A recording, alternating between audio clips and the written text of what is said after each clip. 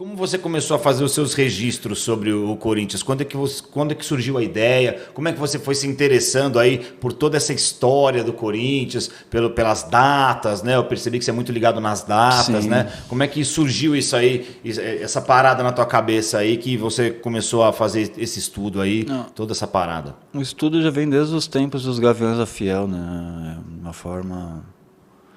O Corinthians ele vai envolvendo o torcedor, né? E muitos torcedores querem entender o que significa o Corinthians e começam a mergulhar na história do clube, né? A história do Corinthians é uma das maiores histórias que um clube de futebol nesse planeta possa ter tido e vai ter. Então é uma história muito ligada aos movimentos sociais, muito ligada ao Brasil.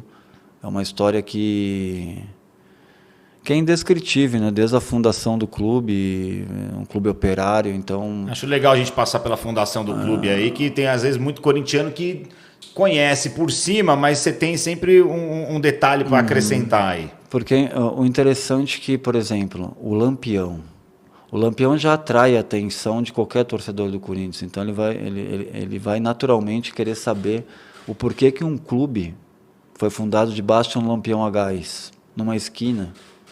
Isso é um feito impossível, né? Até porque, para o torcedor entender, o Corinthians ele veio do nada, entendeu? Assim como muito torcedor periférico, muito torcedor que vem de uma comunidade, muito torcedor que está excluído da sociedade, ele tem que entender que ele é o próprio Corinthians. Ele pode vir do nada e se tornar uma pessoa muito importante na sociedade, né? Porque o Corinthians veio do nada. Ele veio de um sonho de um pintor de parede, que ele era um cara predestinado, assim como foi o Basílio, assim como foi o Viola, né? O Antônio Pereira, ele, por incrivelmente, né? Olha como existe a mística interligando. Ó. Antônio Pereira fundou o Corinthians, um português, né? Veio lá de Açores. E hoje a gente tem o Vitor Pereira, os dois Pereiras, né? Eu gosto desses paralelos aí. E é outro português que se encantou com o Corinthians. Ele comete alguns erros, né? Porque todo mundo comete erros. Eu cometo erros, você comete erros. E às vezes o português de Portugal ele é mal interpretado por nós brasileiros. Então a forma que eles colocam A as gente frases, tem visto isso nas coletivas dos e treinadores. às vezes enfim. Mas vamos falar do Pereira. O Pereira de 1910, ele era um pintor de parede, só que ele era um cara que veio para mudar o mundo. Por que ele veio para mudar o mundo? Porque ele fazia cores de tintas diferenciadas. Isso chamou a atenção do Ramos de Azevedo, que era o arquiteto mais famoso de São Paulo, fez o Teatro Municipal, fez obras magníficas. E ele viu aquele jovem português e se encantou com as cores que ele começou. Ele ia batendo de porta em porta no começo, até chegar na porta do Ramos de Azevedo. Então, Azevedo viu, a cidade era pequena, começou a repercutir que tinha um português que fazia tintas e cores únicas. E isso chamou a atenção dos barões, né? Um foi falando para o outro, ele foi pintando muitas mansões, muitas casas dos barões. Então, o Ramos de Azevedo contratou ele, né? E ele começou a frequentar o campo do Velódromo, que era o campo dos clubes da elite. Porque o Corinthians ele foi fundado como um clube de várzea, né? Porque era proibido um clube de operários, um clube de pessoas excluídas, né? Porque os operários, naquela época, eles não tinham direitos trabalhistas, eles eram usados de um trabalho sem folga, semi-escravo, né? Semi-escravo, e trabalhavam muito, né? Só que eles tinham um ideal que veio para o Brasil, um movimento operário anarquista, e muitos operários já tinham esse engajamento de luta operária através do Partido Anarquista, que o torcedor de hoje tem que entender que o anarquismo operário não tem nada a ver com o anarquismo punk dos anos 70, era um anarquismo para reivindicar direitos trabalhistas que começou na Itália, na Espanha, e eles chegaram no Brasil e começaram a implementar, plantar sementes de futuras greves que só viriam estourar em 1917. mas já estavam se organizando para começar a reivindicar direitos trabalhistas. Então, Antônio Pereira ele frequentava os dois mundos, o do futebol de várzea, na beira dos rios Tamanduateí e Tietê, e o futebol da elite no campo do Velódromo, que ficava na Praça Roosevelt. Tá. Né, ali era o campo do Paulistano, e ali que acontecia a Liga Paulista de Futebol, né, jogos do Associação Atlética das Palmeiras, do Paulistano, do Germânia, do Mackenzie, dos grandes clubes da elite, né, que o futebol da elite era um futebol acadêmico, jogado pelos jovens acadêmicos de berço de ouro, né, era um evento social, enquanto o futebol de várzea era um evento operário, né, que geralmente acabava em confusão e muitos jogos nem terminavam. Né. Então existiam os clubes do Bom Retiro, que era o Botafogo, e o Santos Dumont. Eram dois clubes. Tá. Certo?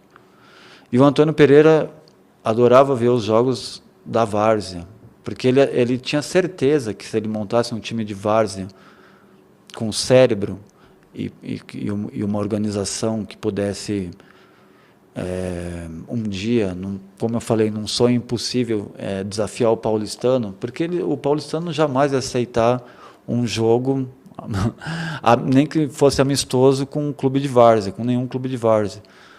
Então, o Antônio Pereira ele sonhava isso, e através desse sonho ele começou a espalhar essa notícia, primeiro no Santos Dumont, né? E olha como é místico o corintianismo. Os Gaviões da Fiel hoje, a quadra dos Gaviões da Fiel está exatamente perto do rio Tamanduateí e do rio Tietê. E ali era o campo de várzea do Santos Dumont. Tá, e foi ali que começou a conversa ali para tentar realizar uma coisa talvez impossível, né? Era impossível, porque os clubes de várzea não duravam muito, porque era muita confusão e não tinha dinheiro. Só que o capitão do Santos Dumont chamava Rafael Perrone, né? Ele era um zagueiro fantástico e ele ficou muito amigo do Antônio Pereira, né? Então, quando o Antônio Pereira falou que ele queria fundar um clube de operários que ia mudar a história do futebol brasileiro, todo mundo começou a rir na beira do rio, porque eles se reuniam na beira do rio, jogavam bola, nadavam, faziam serestas, fogueiras, tocavam violão, ficavam ali curtindo aquela área. Porque São Paulo era rural, entendeu? Tinha o centro, os bairros operários, que era o Bom Retiro, o Brás e vários bairros ali da volta, e o resto, 80% da cidade era rural.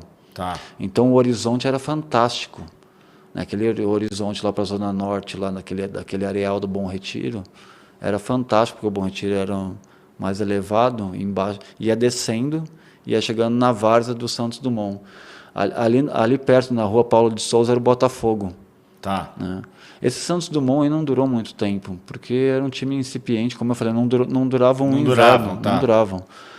E esse Santos Dumont, ele tinha o Anselmo Corrêa, que era o goleiro, né, que já era amigo do Perrone, e tinha o Carlos Silva, ponta direita, e o Joaquim Ambrosio, ponta esquerda.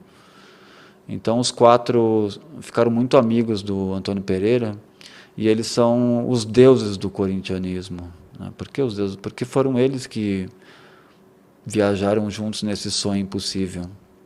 Tá. E o sonho impossível começou a chegar no Botafogo. Chegou ao Neco, que era um menininho de 15 anos de idade, junto com o irmão dele, o César Nunes. Eles se entusiasmaram com um clube que ia mudar a história do futebol.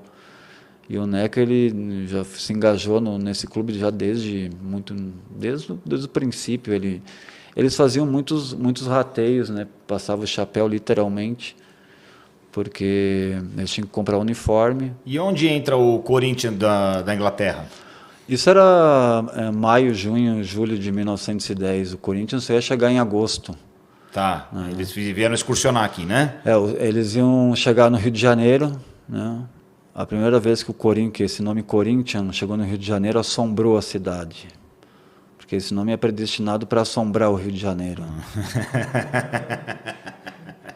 Porque no primeiro jogo que o Corinthians Futebol Clube pisou nas Laranjeiras, ganhou de 10-1 do Fluminense, né, que era um time poderosíssimo da época. Então foi épico, né? O Corinthians depois enfrentou um selecionado de jogadores cariocas, ganhou de novo. Então eles fizeram goleadas no Rio de Janeiro que pararam a cidade. Tá. Eles pegaram o trem na Central do Brasil e se foram até a Estação da Luz, né, que a ligação Rio-São Paulo era por trem, né, Luz e Central do Brasil. E desceram na Luz, foi um evento fantástico, né, isso foi 31 de agosto. E eles enfrentaram, por incrível que pareça, o Palmeiras. Que não era Palmeiras ainda. Não, era a Associação Atlética das Palmeiras. É um clube que foi muito importante na cidade, porque ele virou o São Paulo Futebol Clube, em 1930, e renomeou o Palestra Itália. Isso. Então é um clube importante. É um clube que, digamos assim... Que fundou os nossos dois freguês. Eu não gosto de desrespeitar os adversários, né? Mas o São Paulo ele perde quase sempre para o Corinthians. Eu não vou falar que é freguês, porque de vez em quando a gente perde, senão eles vão ficar tristes. Né? A ideia de hoje não é essa, né? Tá. E o Palestra é um derby mais acirrado e eles têm momentos que estão melhores, outros nós superamos eles. Aí o Corinthians na Inglaterra, qual foi a inspiração que essa turma aqui que você já apresentou? Como que surgiu o interesse deles? Qual foi a inspiração mesmo? Onde que se cruzam essas duas histórias? Então, o Corinthians ia jogar com o Palmeiras dia 31 de agosto no campo do Velódromo. Então, o Antônio Pereira, né, era um cara muito bem relacionado, né, ele conhecia um mascate chamado Miguel Batalha, que vendia tecidos. As pessoas acham que ele é alfaiate, mas não é. Ele vendia tecido no Bom Retiro, um grande comerciante. Chegou pobre no país, um italiano. Ele e o irmão dele, 2 italianos. Né? O Salvador Batalha era barbeiro e o Miguel era vendedor de tecido. Então, eles eram muito amigos do Antônio Pereira e eles foram ao Velódromo assistir esse Corinthians Futebol Clube, né? Isso, a chegada do Corinthians parou a cidade de São Paulo. Tanto no Rio de Janeiro como em São Paulo, foi um evento fantástico. Porque o Corinthians Futebol Clube era o maior clube do mundo da época. A própria Rainha Vitória condecorou eles como embaixadores do futebol pelo mundo inteiro. Então, aonde chegava esse Corinthians Futebol Clube, parava. Qualquer cidade que eles chegassem ia parar para assistir, para receber esse esquadrão que era fantástico.